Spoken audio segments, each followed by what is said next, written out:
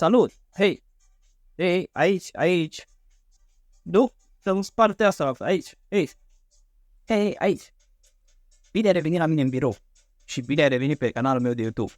Astăzi vom merge la primul meci al echipei CSM Sighișoara, jucat acasă cu României de la handbal, unde sperăm să fie un meci strâns, un meci puternic, sper să fie și o victorie pentru echipa de la CSM.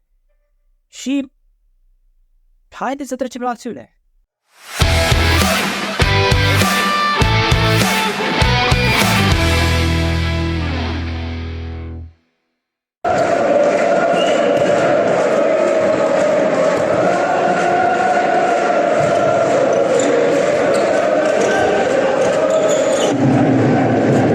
Bine ați revenit! Îmi cer scuze pentru glare-ul de pe video, dar hei, îi filmat cu telefonul și nu am iPhone. Cum ați văzut în intro, încă am un loc de muncă care îmi permite timpul necesar să pot să mă ocup în mare parte de fotografie. E bine când ai șefi care te înțeleg ceea ce vrei să faci și te și ajută. Așa că, dragii mei șefi, dacă vedeți acest video, să știți că vă apreciez. Dar să trecem la ale noastre. După cum am spus, meciul de astăzi a fost pentru etapa următoare a Cupei României la handbal.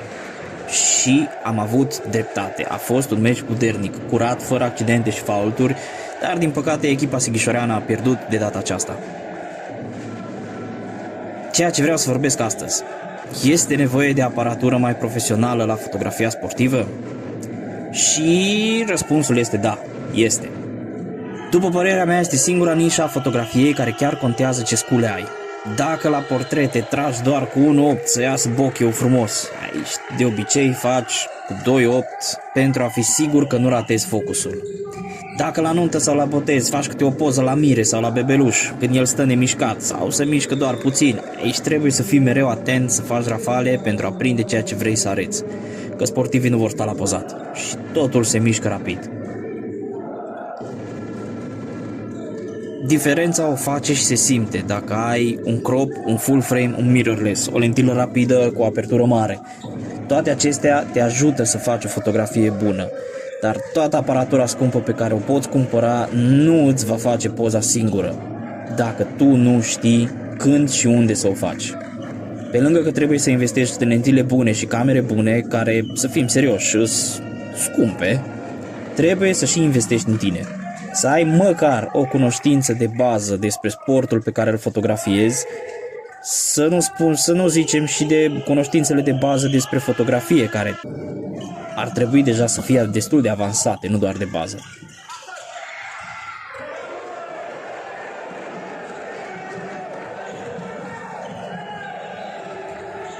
Legat de aparatura mea, eu folosesc două camere DSLR crop. Acestea îmi dau un zoom de 1,5 ori mai mare față de cele de full frame la aceeași lentilă. De exemplu, poza aceasta este făcută cu o lentilă fixă de 50, aceasta pe aparatul meu e aproape echivalentul la o lentilă de 85.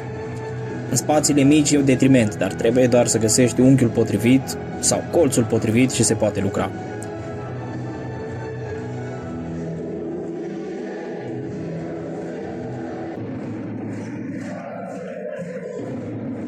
Majoritatea pozelor pe care le vedeți astăzi sunt făcute cu lentila de 50.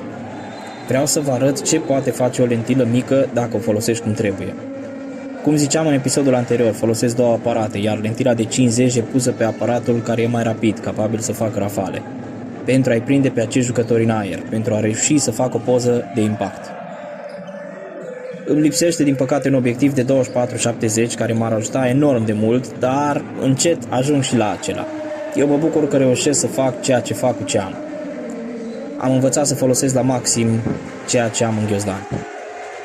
Ce nu trebuie să mai lipsească, carduri de rezervă și baterii. Cardurile goale, bateriile încărcate. Am pățit-o deja de 2 ori. Ba odată mi-am uitat bateria acasă în încărcător și a trebuit să fug după ea. Ba altă dată mi-am uitat unul dintre carduri și am fost nevoit să folosesc doar o cameră. După ce ești obișnuit cu 2 camere, cam greu doar cu unul. Dar învăț din greșelile mele și îmi verific de data aceasta de 5 ori ghiozdanul înainte să ies din casă. Desigur, mai sunt multe de spus legate de aparatură. Eu am decis să vă prezint ce am eu. Din păcate, sezonul acesta din Liga Zimplilor e pe terminate. Mai am doar câteva meciuri acasă, 2-3, și după aia s-a terminat până în septembrie, handbal nu voi mai avea.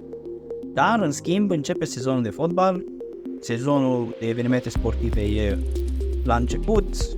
În mai sunt chemate băieții de la Pixel Pro Sport să-i ajut la Mureș Half Marathon. Deci acela va fi un video deosebit față de handbal. Acestea fiind spuse, dacă știți de un eveniment sportiv ce urmează să fie, lăsați-mi un coment jos. De lângă fotografii de sport, mă mai ocup și de fotografii de genul. Voi face și un video legat de ce fac. Acestea fiind spuse, nu uitați să dați like, subscribe și ne vedem pe data viitoare. Pa!